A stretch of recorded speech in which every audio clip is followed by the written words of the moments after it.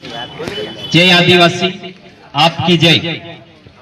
ये यहाँ पर जोत्रापुर बोसरोया, ये यहाँ का जो पढ़ा लिखा वर्ग है जो मेरी आवाज को सुन रहे हैं वो ध्यान से सुने कि यहाँ पे जो बैठे हैं ये लोग ऐसे मामूली लोग नहीं है।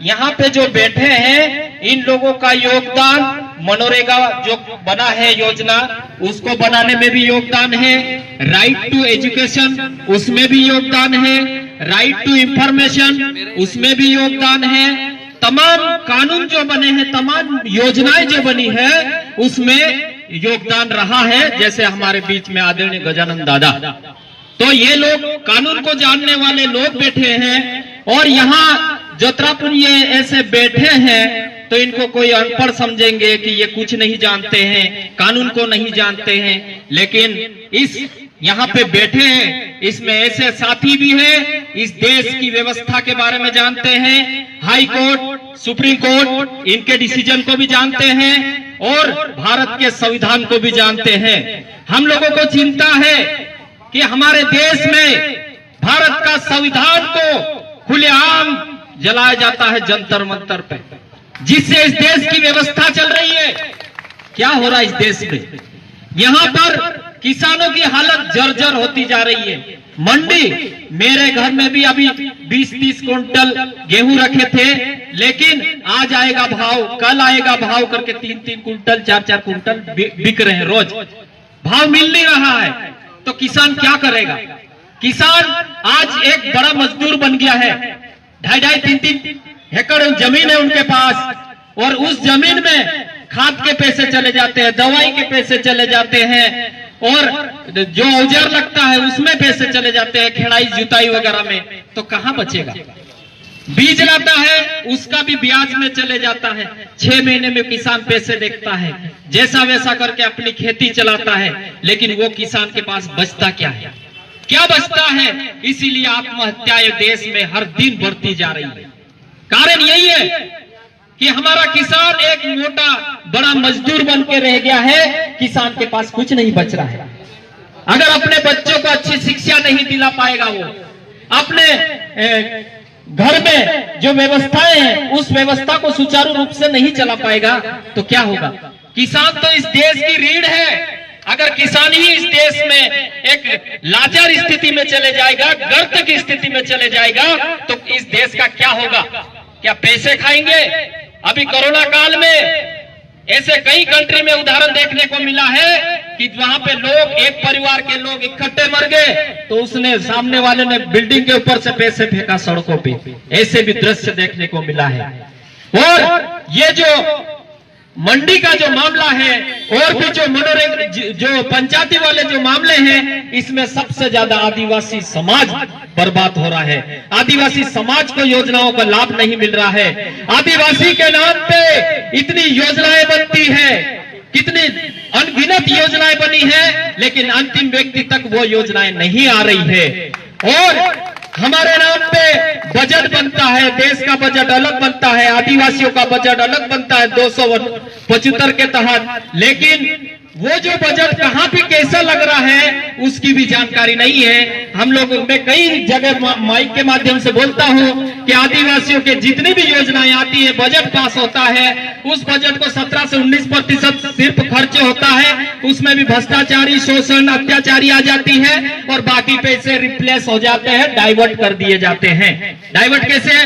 जैसे इंदौर का IT पार्क बनाना है, कॉमनवेल्थ गेम घोटाला है, ऐसे तमाम चीजों में बड़ी बड़ी व्यवस्थाओं में वो अमरा नावेन पैसा रहे छे, तीसरी जगह कर देतला और फिर बाद में ओवी अगलू बजट आवतलू कि ओवी आछे पैसा 17 से 19% खर्च करतला, बाकी पैसा ओवी जात रहतला, तीसरे जगह कर देतला और बदनाम कौन होतला? हमू। अगर छे पैसा पूरा 50% भी अगर सही तरीके से सुचारू रूप से क्रियान्वयन किया जाएंगे तो इस देश में सबसे बेहतर एजुकेशन हमारे पास होगा। मीडिया में हमारे लोग हो गए, मास कम्युनिकेशन में हमारे लोग आज तक नहीं गए, NLU के माध्यम में लाभ में नहीं गए हमारे लोग, एकदम उच्च शिक्षा में हमारे लोग जाने लग जाएंगे। हर साल विदेश में पढ़ने के लिए हमारे लिए योजनाएं बनती हैं, वहां पे भी हमारे लोग नहीं जा पा रहे। कैसे जाएंगे? सब खा जाते हैं। और इस क्षेत्र के जो विधायक है, जो जिम्मेदार नेतृत्व है, वो भी ध्यान नहीं देते हैं। अभी जो ये रैली निकली है, इस रैली को कुछ लोग ये जोड़ देंगे, अरे ये तो भाजपा से जुड़े हुए लोग हैं, अरे ये तो कांग्रेस से जुड़े हुए लोग हैं। लेकिन मैं कह देना चाहता हूं कि यहाँ पे जो बैठे हैं, ये सिर्फ इतने लोग नहीं हैं, ये पूरा मध्य प्रदेश आके बैठा है यहाँ पे। और इस रैली को पूरे भारत के तमाम राज्य के कोने कोने के लोग भी देख रहे हैं। हमारे पास ऐसे ऐसे युवा हैं जो पहले हमारी खबर गांव में नहीं छपती थी, अभी हमको परवाह नहीं है खबर छापो या मत छापो।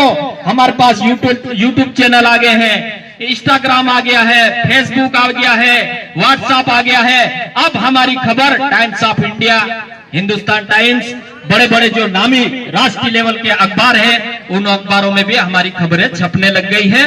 अब अपना आदिवासी समाज कमजोर नहीं है। एक बात और बता दूं कि मैं सर्विस करता हूं, तो लोग बोलते हैं कि तुम सर्विस वाले बोल नहीं सकते। मेरा ट्रांसफर अभी गुना कर दिया गया ताकि जोबट में चुनाव है, ये इंदौर में बैठ के जोबट के चुनाव को प्रभावित करेगा। लेकिन मैं कह देना चाहता हूं कि ये समाज मुझे रोटी दिया, बेटी दिया और मरने के बाद 4 कंधा भी देगा, और इसी समाज के सर्टिफिकेट पे मैं नौकरी कर रहा हूं। तो इस समाज का जहां दर्द होगा, जहां संघर्ष होगा, वहां मैं खड़ा मिलूंगा, चाहे मेरी नौकरी चले जाए, कोई परवाह नहीं। मेरे पीछे तमाम खुफिया एजेंसियां भी लगी रहती है और मोबाइल भी ट्रेस होता है, लेकिन मैं किसी की परवाह नहीं करता हूं। मैं गलत नहीं हूं, मैं कोई आतंकवादी, कोई नक्सलवादी नहीं हूं। मेरे समाज के लोगों का न्याय की बात करता हूं। मेरे समाज के लिए जो संवैधानिक अधिकार है, वो अधिकार क्यों ना सही तरीके सुचारू रूप से समाज में काम आ रहे हैं। कुछ नहीं हो रहा समाज में, संविधान के हिसाब से कुछ काम नहीं हो रहा है। इसीलिए आज ये रैली के माध्यम से आ रहे हैं और हम लोग भी आए, मैं भी आया। मैं शुरू में सोचा कि मैं नहीं बोलूंगा, मैंने मना कर दिया था बोलने के लिए, लेकिन राजेश भाई ने बोला कि बोलना पड़ेगा, 2 शब्द बोलना। लेकिन मेरा ये कहना है कि ये जो लोग हैं इतना इस कागज के राज को नहीं जानते हैं। अगर ये किसी भी प्रोसीजर के लिए जाएंगे तो इनको छोटे मोटे कागजात में कानूनी प्रक्रिया में उलझा दिया जाएगा, इनको एक छोटा बाबू लूट लिया जाएगा, तो ये क्या न्याय की मांग करेंगे। इसलिए हम पढ़े लिखे लोग हैं, हम लोग अपने इतिहास को जानते हैं, हमारे देवी देवताओं के विचारों को जानते हैं, हमारे क्रांतिकारियों के विचारों को जानते हैं, और उसी विचारों के आधार पर हम जगह जगह संघर्ष कर रहे हैं। और थोड़ी 2 मिनट और, अपने आदिवासियों के साथ क्या हो रहा है, अभी नीमच में 100 मीटर तक एक गाड़ी से पीछे बांधकर रगड़ा गया, घिसा गया, ये दुर्भाग्यपूर्ण बात है। दूसरी बात, नेमावर में उनको मार दिया, बलात्कार कर दिया, 3 नाबालिग थे, उनको भी मार के जेसीबी से गड्ढा खोद के 10 फीट नीचे जमीन में गाड़ दिया, और यूरिया और नमक डाल के उनका जो साक्ष्य है उसको मिटाने की कोशिश की गई है। तो कितनी दुर्भाग्य की बात है। दूसरी बात, मानपुर में पूरे पहाड़ी पे केमिकल फेंक दिया गया। वहां केमिकल फेंकने से पर्यावरण दूषित होगा, पानी दूषित होगा, बायोडाइवर्सिटी दूषित होगा, और जो नदी में पानी जाएगा तो मां नर्मदा नदी में भी जाएगा, तो वहां का भी हजारों लाखों करोड़ों जीव जंतु मरेंगे। कितना बड़ा नाश हो रहा है। उनके ऊपर बड़े बड़े स्तर पर कार्रवाई होना चाहिए, लेकिन यहाँ देश में कभी पार्टी पॉलिटिक्स का प्रभाव रहता है, कोई कार्रवाई नहीं होती है। जिन लोगों ने इस मुद्दे को उठाया, उन लोगों को रात भर मारने के लिए दौड़ाए लोगों ने, ऐसा हुआ। और दूसरी बात, हमारे समाज के बेटे नौकरी वाले लोग जो है, अगर समाज में आके बोलते हैं कि वो देश के संविधान को जानते हैं, हाई कोर्ट और सुप्रीम कोर्ट के जजमेंट को जानते हैं, इस देश की व्यवस्था को सुचारू रूप से जानते हैं, कार्यपालिका, न्यायपालिका, विधायिका, प्रेस, मीडिया, इन तमाम चीजों को हमारे पढ़े लिखे लोग जानते हैं। लेकिन हमारे जो छूट भैया नेता जो रहते हैं, ये क्या सोचते हैं कि ये तो हमारी जमीन को कहीं खसकाना दे, इसीलिए उनको कांग्रेस, बीजेपी एवं तमाम पार्टी से जोड़कर देख के उनका नुकसान करते हैं। कितने ट्रांसफर होते हैं आप लोग देख रहे होंगे, कितने ट्रांसफर। मिड स्टेशन में ट्रांसफर होना ये गैर कानूनी है, मिड स्टेशन में ट्रांसफर नहीं हो सकता। और मैंने तो ऐसा भी सुना कि एक नेता को नमस्कार नहीं किया तो उसका भी ट्रांसफर कर दिया। यार ये क्या कर रहे हैं। और ये ट्रांसफर से, मैं तो ट्रांसफर से मैं कभी नहीं डरता। मेरा जैसा हुआ मैंने बोल दिया, मैंने कोई गुनाह नहीं किया, फिर भी हमारा गुनाह हो गया, लेकिन मुझे डिस्चार्ज कर दो, सस्पेंड कर दो, और भी जितनी ताकत लगती है वो ताकत पूरी लगा दो। लेकिन मैं समाज का काम करने के लिए मैं कभी पीछे नहीं हटूंगा, क्योंकि मैं जानता हूं मेरे समाज के दुख दर्द को, तो वो समस्या समाज में आके मैं बताऊंगा। अगर हम लोग पढ़े लिखे लोग नहीं बोलेंगे समाज के बारे में, समाज के अधिकारों के बारे में ऐसे आके बात नहीं करेंगे, तो समाज की बात कौन करेगा, कौन बताएगा। कि आज जैसे अभी हम लोग पढ़े लिखे लोग हैं तो व्हाट्सएप, फेसबुक, इंस्टाग्राम के माध्यम से हर चीज को जानते हैं, लेकिन बाकी लोग क्या जानेंगे कि इस देश में कौन सा कानून नया बन रहा है, कौन से राज्य में क्या हो रहा है, आप झारखंड में क्या हो रहा है, उड़ीसा में क्या हो रहा है, असम में क्या हो रहा है, और छत्तीसगढ़ में क्या हो रहा है, इधर आंध्र तरफ क्या हो रहा है, राजस्थान, गुजरात में क्या हो रहा है, किसको पता। आप हम लोग पढ़े लिखे हैं ना, आप पढ़े लिखे लोगों को क्यों रोकते यार। आप अपनी नेतागिरी अपनी जगह पे करते रहो ना, जन्म से मृत्यु तक तुम कांग्रेस भाजपा करते रहो।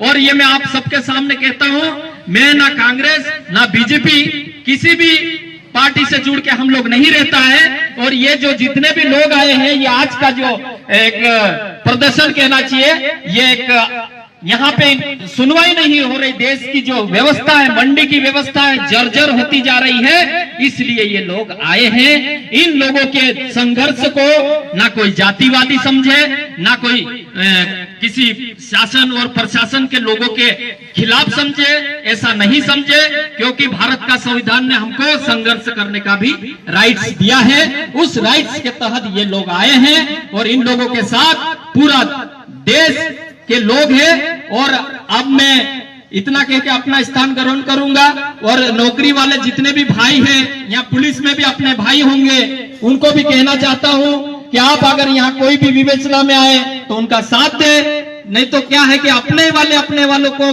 लूटने में, बर्बाद करने में लगे रहते। अभी जैसे बिस्टान का घटना है, बिस्टान में क्या हुआ, दोनों पक्ष अपने ही थे, क्या हुआ वहां पे, लेकिन कितनी बुरी स्थिति हो गई कि वो एक ब्रेकिंग न्यूज बन गया पूरे देश में। तो ऐसा नहीं होना चाहिए। और हमारे साथ तमाम लोग हैं, कानून को जानने वाले भी लोग हैं, साहित्य को जानने वाले लोग भी हैं, इतिहास को जानने वाले लोग भी हैं, और एडमिनिस्ट्रेटिव जो है, गजेटेड ऑफिसर लोग हैं, वो भी हमारे साथ है, मीडिया भी हमारे साथ है, तमाम ऐसे जो निष्पक्ष नेता है। कुछ नेता भी ऐसे हैं, नहीं तो कुछ नेता तो हम लोगों को देखते भागते ही। तो ठीक है ती दादा, तुमरा संघर्ष में आमु रहसु, एने जोत्रो पण से तोत्रो साथ देसु। एने जब तक गजानन दादा है हमारे बीच में, राजेश भाई जैसे हैं, कोई हम लोगों को कोई हराने वाला नहीं है। और इनसे और भी युवाओं को सीखना चाहिए कि ये आदमी जिनेवा जाके बात रख सकते हैं, तमाम कंट्री में जाके बात रख सकते हैं, तो यहाँ अपनी बात क्यों नहीं वजनदारी से रखेंगे। ऐसे लोगों की बात सुनना चाहिए। ये ऐतिहासिक लोग हैं, ये आने वाले दिनों में इनके ऊपर पीएचडी हो सकती है, इनके ऊपर शोध हो सकता है। इनके संघर्ष जो है, इनका संघर्ष बहुत खतरनाक संघर्ष रहा है, और उसी संघर्ष के नतीजे में, उसी संघर्ष के छांव में आज हम लोग सम्मान का जिंदगी जी रहे हैं। नहीं तो पहले बस में जाते थे, मैं खुद मेरी मम्मी के साथ बस में जाता था तो उतार देते थे नाटी वाली बाई देख के। लेकिन गजानन दादा जैसे लोग आए, गांव में पहले एक ग्राम सेवक, एक पटवारी जाके डरा देता था, एक पुलिस वाला जाता था तो वो डरा देता था। एक खौफ यार, खौफ। लेकिन उस खौफ के साये को खत्म किया गजानन दादा ने। और ऐसे दादा के साथ हम जब तक जिएंगे तब तक रहेंगे। उनको, उनकी ताकत बन के हम लोग साथ चलेंगे, आगे आगे दादा चलेंगे, पीछे पीछे हम लोग चलेंगे। अगर ये गजानन दादा 22-23 साल की उम्र में समाज के लिए आए, क्या ये इनके पास कौन सी एबिलिटी की कमी थी? आज इनके बाल सफेद हो गए, बूढ़े हो गए। अगर ये भी बेईमानी करते, भ्रष्टाचारी करते, तो ये भी किसी इनोवा जैसी गाड़ियों में घूमते, लेकिन आज एक पुरानी मोटरसाइकिल लेके आते हैं, क्योंकि वो जानते हैं कि मेरे समाज का दर्द है, उस समाज के दर्द को हम सब मिलके खत्म करेंगे। और ऐसे अब यहाँ पे तो ठीक है, बाकी जो दूसरी जगह है 52 गांव में अभी और जमीन छीन जा रही है। जमीन पे अरे विकास तो हम भी चाहते हैं ना यार, विकास कौन नहीं चाहता है, लेकिन हमारी छाती पे विकास होए, ये विकास हमको मंजूर नहीं है। हम ऐसा विकास चाहते हैं, अगर मेरे गांव में कोई विकास हो रहा है तो मेरे गांव के लोग वहीं होना चाहिए, मेरे दूसरे फले वाले लोग भी वहीं रहना चाहिए, ताकि हम शादी ब्याह और कोई त्योहार साथ में मना सके। उसको बोलते हैं विकास। विकास विरोधी नहीं है हम लोग, विकास चाहते हैं, लेकिन मेरा समाज आज कितने 3.5 करोड़ से ऊपर उजड़ गया कि उनके आंकड़े सरकार के पास भी नहीं है। तो इस समाज की हालत कितनी बुरी है, इस हालत को कौन देखेगा? नौकरी वाले तो अपनी मस्ती में मस्त है, एक टीवी बीवी और बंगला, उसके अलावा उनको कुछ नहीं है। लेकिन आने वाली नस्ल आपकी कैसे जिएगी? शिक्षा व्यवस्था में नौकरियां भी नहीं मिल रही है, तो कहां कहां कैसे ले जाके जिंदा रखोगे? जीने का संसाधन जो खेत वगैरह है वो भी सिकुड़ गया है, और अभी नौकरी में जो मिल रहा है कुछ ही लोगों को मिल रही है, कुछ लोगों को नहीं मिल रहा है, तो वहां पे भी हम लोग कमजोर हैं। तो हम लोग चाहते हैं कि हमारे लोग मीडिया में हो, हमारे लोग व्यवसाय में हो, हमारे लोग बाजार में हो, हमारे लोग ब्यूरोक्रेट्स में हो, हमारे लोग कार्यपालिका, न्यायपालिका, विधायिका में हो, हमारे लोग हर जगह हो, जुडिशरी में हो हमारे लोग। ये चाहते हैं हम लोग, तब जाके हम लोग एक आनंदपूर्ण और शांतिपूर्ण सांस ले सकते हैं। आज हमारे पास कुछ बच ही नहीं रहा है, पैसा भी कमा रहे हैं तो दूसरे के कपड़ों में दूसरे के पास चले जाते हैं, खाद में दूसरे के पास चले जाते हैं, और बीज में दूसरे के पास चले जाते हैं, मेडिकल में दूसरे पास चले जाते हैं। तुम्हारे जेब में क्या बचता है? फिर उसी पैसे, बचे हुए पैसों से क्या आईएएस, क्या आईपीएस, क्या आईएफएस, क्या बड़ी बड़ी डिग्रियां करवाओगे? कैसे पढ़ाओगे बच्चों को? आज कोचिंग के बिना काम नहीं चल रहा है, ट्यूशन के बिना काम नहीं चल रहा है। और अगर दिल्ली भी जाओ तो वहां पे कितनी खर्चा होता है। इंदौर में जो पढ़ा रहे होंगे तो 5,000 3,000 कम से कम लग रहे हैं, तो उन बच्चों को कैसे पढ़ाओगे? क्या बनाओगे? Engineer, doctor? ये सवाल है, और ये सवाल तब हम बात कर सकते हैं जब हम सब ऐसे इकट्ठे होकर बात करेंगे। हमारे बीच में पढ़े लिखे लोग आएंगे, हमारे बीच में हमारे गजेटेड ऑफिसर आएंगे, वो भी बात करेंगे, सब मिलके बात करेंगे, नेता आएंगे। और अभी जो बाबा है, बाबा भी आना चाहिए, बाबा लोग भी आओ, समाज की बात करो। तुम्हारा समाज नहीं रहेगा तो कहां पे राजनीति करोगे, कहां पे अपना हुकुम चलाओगे? समाज ही नहीं रहेगा। आज एक समय ऐसा होगा, इस 5 सेमल को पान सेमल के नाम से जानते थे, यहाँ 5 सेमल थे बताते ना, उसी आधार पे 5 सेमल का नाम पड़ा।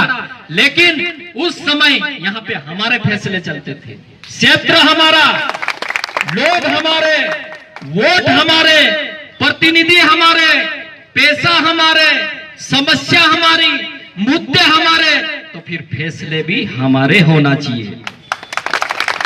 ये चाहते हम नई पीढ़ी ये नहीं चाहते कि हम दूसरों के साये में जिए, नहीं, हमारे समाज का स्वावलंबन हम खुद खड़ा करेंगे, हम आप सब मिलके खड़ा करेंगे।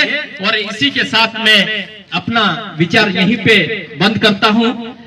जय जोहर का नारा है, भारत देश हमारा है। अरे जय जोहर का नारा है, भारत देश हमारा है। ये नारा क्यों लगाते हैं हम लोग इसलिए नारा लगाते हैं कि ये नारा जो है ना, ईसा पूर्व बोलते हैं, उससे भी पहले की बात, सन बोलते हैं, उससे भी पहले की बात, युगो युगो बोलते हैं, उससे भी पहले की बात, शताब्दी बोलते हैं, उससे भी पहले की बात, सबसे पहले से ही, बहुत पहले से, हड़प्पा और मोहनजोदड़ो के भी पहले से हमारे लोग यहाँ पे रहते थे, जिनको इंडिजिनस बोलते हैं। और इंडिजिनस का मतलब होता है, इंडी मतलब मूल, जीनस मतलब वंश, मूल वंशों का देश है ये भारत। इसीलिए दुनिया के भूगोलविदों ने हमारे भारत देश को कहा कि दैट इज इंडिया, यहाँ पे इंडिजिनस लोग रहते हैं। तो बात तो बहुत सारी है, और भी बातें हैं और अभी समय भी काफी हो रहा है, तो मैं इतना कह के अपना स्थान ग्रहण करता हूं। जय जोहार, जिंदाबाद, आपकी जय।